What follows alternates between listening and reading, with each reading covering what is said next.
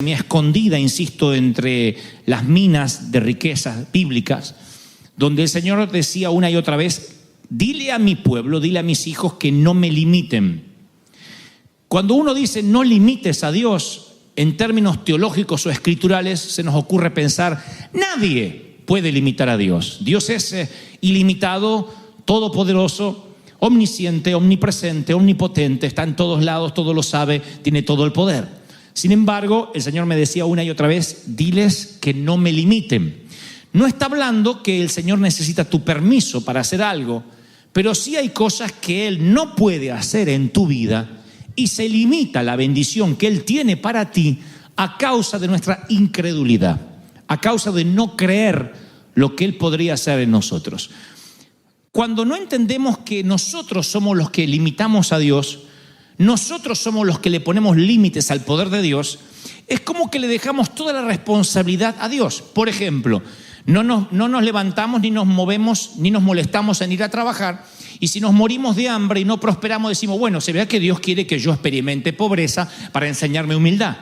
Yo vengo de esas congregaciones donde había hermanos que eran vagos, y uno le decía: ¿por qué no vas a trabajar? No sé, Dios tal vez quiere que viva por fe. No era vivir por fe, era vivir de vagancia. No quería trabajar, no quería esforzarse, pero él decía como que Dios no le permitía trabajar. Otros decían: si Dios quiere que toque la música, Él va a hacer que yo la toque. Y le decíamos: pero ¿por qué no vas a una academia? ¿Por qué no te consigues un profesor? No, porque si es de Dios que toque, Él me puede dar el talento por la noche y mientras duermo, o Dios no es poderoso para hacerlo. El resultado ya se lo imaginan: nunca pudo tocar decentemente. Y cuando agarraba el instrumento decían: pobrecito, déjalo que viva el pobre instrumento, porque lo torturaba, no lo tocaba.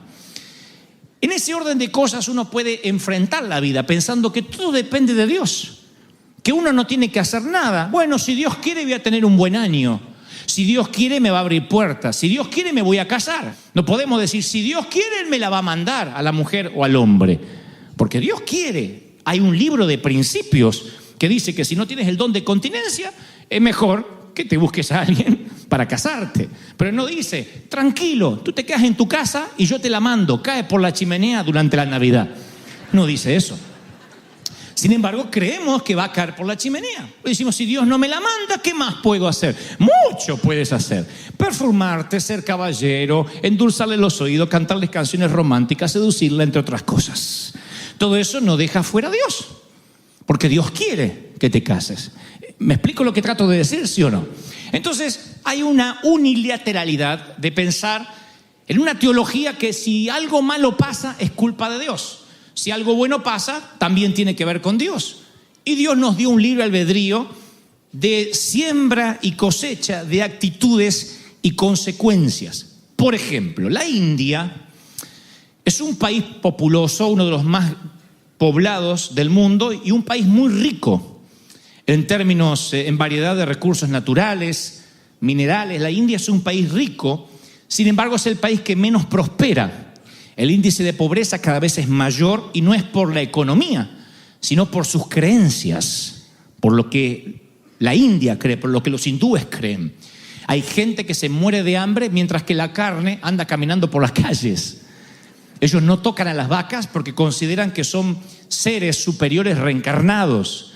Y entonces uno puede estar inclusive en las iglesias, en los lugares públicos, en un mercado, y las vacas se pasean, los toros, pero ellos comen carne de menor calidad como perros o cabras, porque dicen que esos son seres inferiores reencarnados, pero no tocan a las vacas.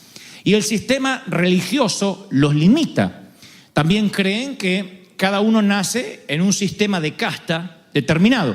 Que hay gente que, por ejemplo, nace en una familia pobre y no tiene que hacer nada para cambiar su pobreza.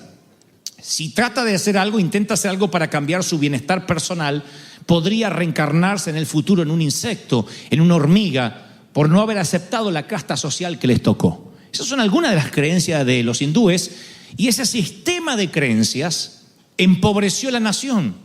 La nación es rica, tiene carne vacuna, por ejemplo, pero ellos consideran, insisto, que la vaca posee en su cuerpo cerca de 300 dioses, además de poder ser la reencarnación de la abuela. 300 dioses. Y es increíble verlos como ejemplo, como un país tan rico De pronto vive pobre porque su mente no les permite acceder a lo que tienen a mano. América Latina es muy similar. Entonces, cuando uno piensa qué es lo que ha sumido en la pobreza a nuestros países, uno inmediatamente empieza a culpar a los gobernadores, a los gobernantes. Y decimos, si sube alguien que quita la pobreza, pero a veces la pobreza está enquistada en la forma de pensar, desde el gobernante hasta el ciudadano. La Biblia dice en Proverbios 23:7 que tal como el hombre piensa, así es él. Nuestra vida va en dirección a nuestros pensamientos. Si queremos cambiar, no debemos orar para que alguien nos regale dinero. La solución es cambiar los límites, la forma de pensar en nuestra mente, porque cuando la mente, como los hindúes o como ciertos países nuestros de donde venimos, está signada, enquistada en la pobreza, aunque estemos rodeados de riqueza, no vamos a poder experimentar lo que Dios tiene. Yo provengo de una iglesia muy legalista en términos doctrinales, a tal punto que si alguien decía, quiero ser abogado, pero vas a tener que defender delincuentes. Así que la abogacía estaba signada a que no podía entrar a la iglesia. Quiero ser arquitecto, ¿para qué? Para construir casas que después se las va a quedar el anticristo. Así que tampoco arquitecto. Quiero ser médico, que no confía en el poder de Dios, que tiene que ser un matasanos. Quiero ser artista, ni se te ocurra en ese ambiente donde están todas las locas y los gays y los abusadores. No, ni se te ocurra. Bailarina, modelo, ¿para qué? Para modelar la ropa que viste el cuerpo inmundo. Lo principal es lo de adentro. Entonces estaba todo lo que olía a mundo, estaba como signado a estar fuera de la iglesia. Ninguno de nosotros, los muchachitos, podíamos soñar ni con ser artistas, ni con ser locutores de radio, porque la radio era el aparato del demonio, la televisión era el cajón del diablo también. Entonces estábamos como afuera de todo, y eso nos signaba a desconectarnos, a no tener conexiones divinas de ningún tipo. O sea, si llegaba un hombre de negocios a la iglesia, se le hacía lo imposible para que abandonara el negocio y se dedicara a vivir por fe. Entonces alguien decía, ¿a qué te dedicas? Y yo me dedico a vender casa. Deje de vender casa y métase en las cosas del Señor, que Cristo viene pronto. El hombre dejaba la compañía, empezaba a morirse de hambre, se le despegaban los zapatos, no tenía ni para desodorante, y ahí era un siervo de Dios. Fíjense que estábamos rodeados de riquezas, pero la creencia hacía que las vacas anduvieran entre nosotros y nos muramos de hambre. Entonces lo peor que nos puede pasar es comenzar este año con una mente cerrada a lo que Dios quiere darte, y que cuando llegues al final de tu vida, los años altos, Dios te diga, yo puse a tu disposición en talentos, en conexiones, en gente que se acercó a ti, todo para que te vaya bien, pero lo desperdiciaste. Pero nunca supiste verlo porque creías que todo era mundo, que todo era pecado, que eso no era de Dios. Y Dios dice, tienes que ampliar la mente, porque tal como piensas es como va a ser tu vida. Hasta ahí, ¿cuántos dicen amén? No limites a Dios. Dice la palabra, porque yo sé los planes que tengo para ti, declara el Señor. Planes de bienestar, no de mal, no de calamidad, para darte un fruto y una esperanza. O sea, Él tiene un plan perfecto para tu vida. No importa si tu llegada al mundo fue prevista por tus padres o no. Dios dice, yo tengo un plan perfecto y no quiero que vivas por debajo del estándar que yo preparé para ti. Pero anoche, ayer a la tarde, mientras que yo escribía este sermón, el Señor me mostraba el Salmo 78, 41, en una versión que dice, y el pueblo de Israel volvía y tentaba a Dios, y ponían límite al Santo de Israel. Era el mismo pueblo que de algún modo limitó a Dios, y por eso dio vueltas 40 años por el desierto, cuando quizá en 20 días o en un mes pudo haber llegado a la tierra prometida. No dice, yo no tenía poder para liberarlos, dice, ellos me ponían límite. Si cuando llegas a esta fecha, principios de año, tú dices, bueno, todo lo que logré es porque me esforcé, porque tengo talento, porque trabajé, porque estudié, y dejas fuera de tu ecuación a Dios, significa que has limitado a Dios, no has tenido una vida sobrenatural. Y si no tienes una vida sobrenatural, alguien tiene que decirte que tienes una vida superficial. No hay una tercera vida. O vives sobrenaturalmente o vives carnalmente. O vives lleno de Dios o vives lleno de tu esfuerzo dejando fuera a Dios. Y si dejas fuera a Dios, estás limitando lo que Dios podría hacer sobrenaturalmente contigo. ¿Me estoy siendo claro, sí o no? Si tú dices, bueno, yo trabajé mucho y por eso me pagan, porque me esforcé, lo cual está bien. Porque Dios bendice al varón esforzado y valiente. Pero si Dios te llama a hacer algo, y esto lo dije en varias ocasiones, lo diré otra vez, siempre va a llamarte a que hagas algo que es más grande que tú mismo. Si es algo que tú puedes hacer, dudo que sea Dios quien te habló. Siempre que Dios te llama a hacer algo, siempre tiene que ver con algo que no podrías hacer con tu propio esfuerzo, con tu propio talento. Si haces cosas con tu talento, con tu esfuerzo, está bien, pero eso no significa que Dios se haya metido en tu vida. Lo más probable es que lo estés limitando a Dios. Dios dice, te bendije este año porque te esforzaste, pero si hubieses vivido en la sobrenaturalidad que yo tengo para ti, a lo mejor serías 10 veces más próspero de lo que eres. A lo mejor serías mucho más feliz de lo que eres, pero lo estás haciendo con tu esfuerzo, limitando lo que yo tengo para ti. ¿Me siguen hasta ahí? Díganme amén. Cuando limitamos a Dios es que lo dejamos fuera. Les pongo un ejemplo. Quien me conoce ahora, a mí, que soy hablador y que me atrevo a cantar y a actuar y me cuelgo de las cosas y hago un montón, dice, qué hombre libre y carismático que nació, desde chiquitito en la cuna andaría haciendo monadas. Sin embargo, los que me conocen de años saben que si no fuese por el toque sobrenatural de Dios, yo hubiese sido un bichito totalmente insociable. No podía hablar. Sé que contarlo ahora pareciera como un cliché. Todos los predicadores dicen eso. De verdad, Dios no me deja mentir. Nunca pude expresarme, nunca pude hablar en público. Por años sufrí bullying toda la adolescencia, toda la juventud. Nunca fui popular. Se me trababan las palabras, tenía problemas de dicción. Estaba condenado a ser una persona condenada, insisto, al ostracismo, a no hablar, a no relacionarse. Pero fue el toque sobrenatural de Dios, la mano de Dios que hizo.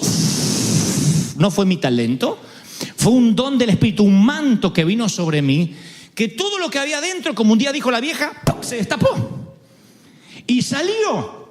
Y eso sobrenatural me ha ayudado a inspirar a otros a poder lograr lo que tienen que lograr en Cristo.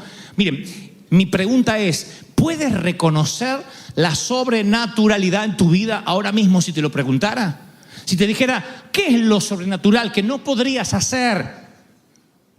Que tú no eres tan listo para hacer a no ser que sea por Dios. ¿Cuántos podrían responderme? Sí, esto no estaba en mí. No está en mí, nadie me lo enseñó. Vino como un don del Espíritu. Eso es lo que hace que no limites a Dios. Todo el resto no nos diferencia de los mundanos. No nos diferencia de los inconversos. Los inconversos estudian, se preparan, se capacitan, son buenos, mediocres o malos abogados, pero depende de cómo se prepararon. Yo creo en la preparación, yo creo en el estudio, en la intelectualidad, pero es indistinto a que Dios esté limitado o no esté limitado si es que no le das lugar a la sobrenaturalidad divina. ¿Me siguen hasta ahí? Dígame amén.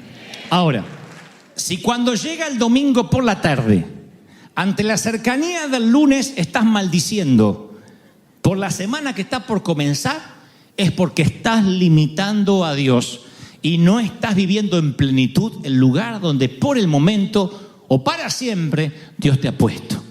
Dios te puso en un lugar. Cuando tú esperas el viernes y te arrastras durante toda la semana esperando el fin de semana, es porque no estás viviendo en el designio de Dios, no estás activando las bendiciones de Dios para tu vida. Así es cuando Dios escucha tu queja. Cuando te levantas a la mañana, lunes, levantar estos críos otra vez, cocinar, ir a este trabajo, ¿cuándo me vas a sacar acá? Dios dice lo mismo, listo, te dejo sin trabajo para que disfrutes. Y después decimos, el Señor dio, el Señor quitó. Tu abuela, te lo quitaste solo. Porque cuando no valoras lo que Dios te dio, ahí es cuando decimos, el Señor es soberano. No, tú generaste las propias consecuencias. Cuando uno es agradecido a Dios por lo que tiene, uno bendice que comience la semana. Qué bueno, empieza la semana. ¿Por qué? Porque es un día menos para tu sueño. Porque cada día te acerca más a tu esperanza. Porque esa luz que estaba allá a lo lejos cada vez está más cerca. Otros dicen, sí, pero ¿y si esa luz es un tren que viene de frente? Porque hay gente así. Miren, no hay nada mejor que estar en el lugar correcto. Estábamos en Bogotá, Colombia, hace unos años y tenía que dar una conferencia por la noche y mi coordinador Sergio me insiste para que vaya a un desayuno de gente de negocios por la mañana. Era un cónclave de médicos. Así que en un momento yo empiezo a hablarles acerca de la vida y cuando termina el desayuno viene una dama que se acerca llorando y dice, ¿sabe? Anoche por la noche me acosté diciendo, Dios, ¿existes o no existes? Porque gracias a Dios yo soy atea, me dijo. Pero anoche me agarró la duda, sin saber que usted iba a venir.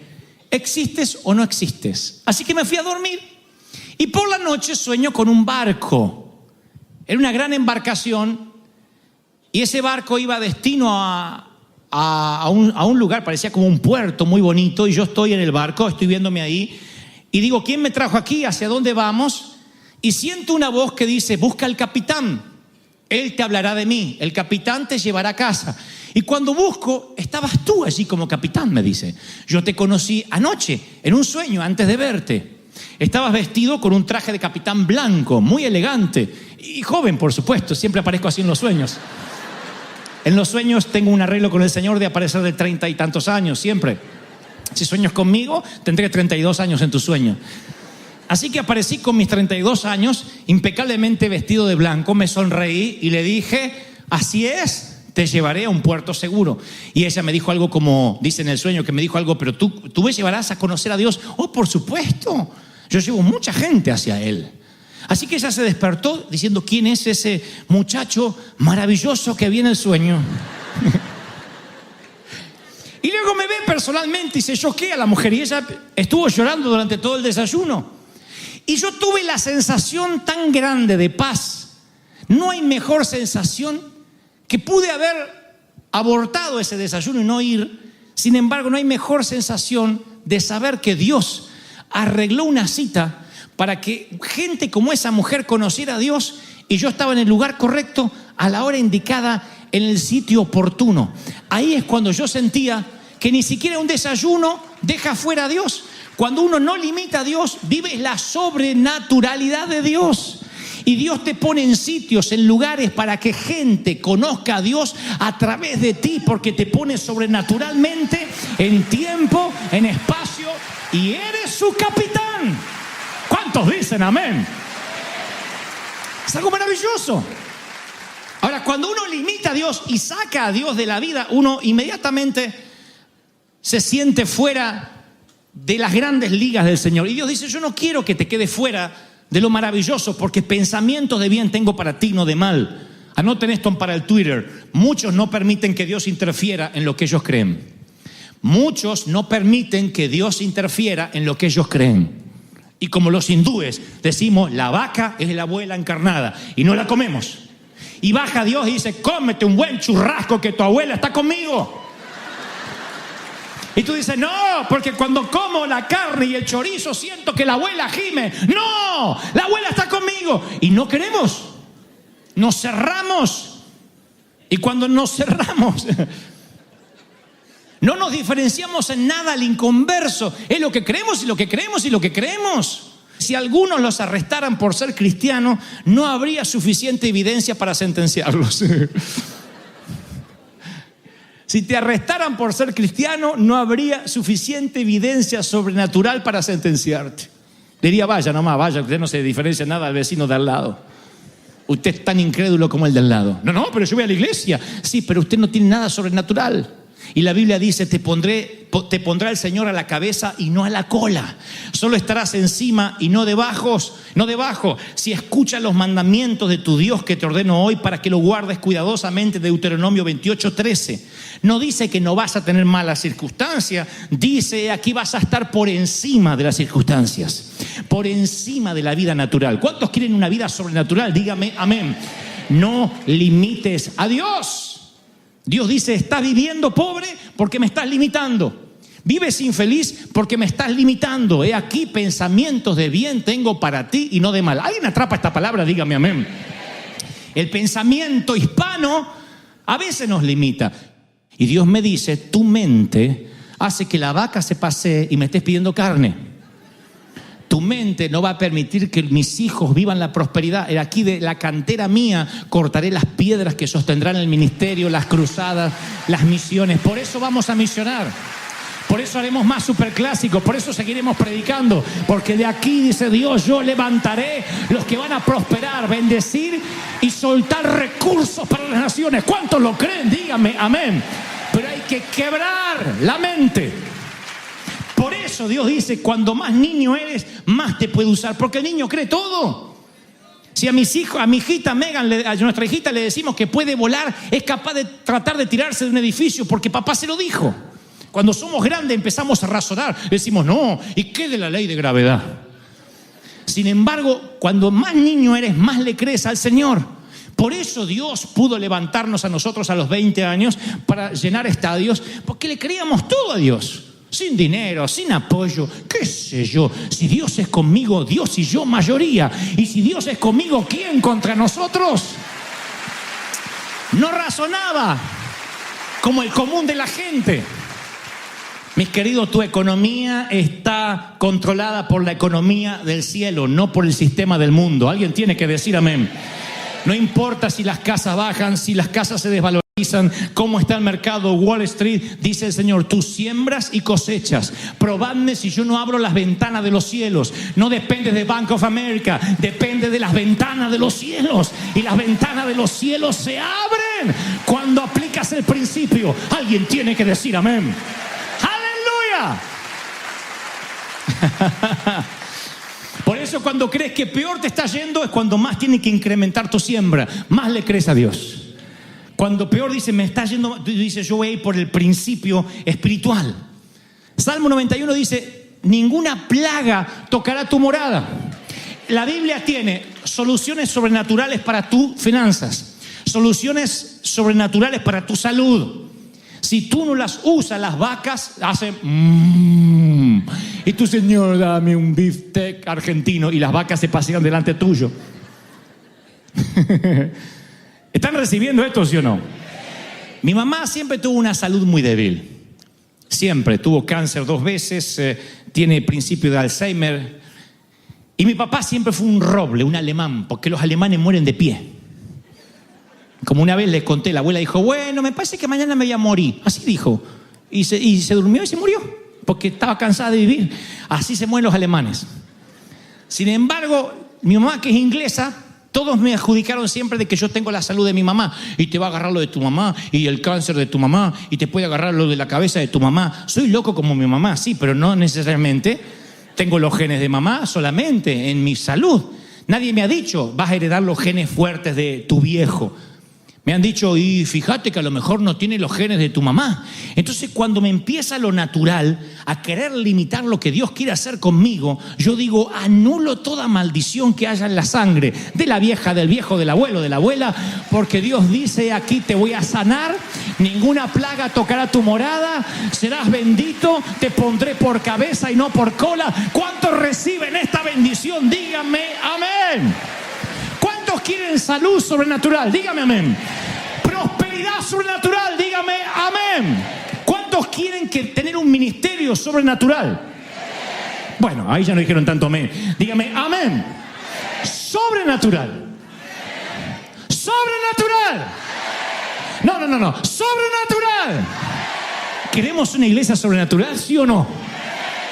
Hoy esta mañana leía que Spurgeon en su momento dijo, yo no quiero ser un pastor común, no quiero ser un pastor mediocre, Yo quiero vivir la sobrenaturalidad de Dios.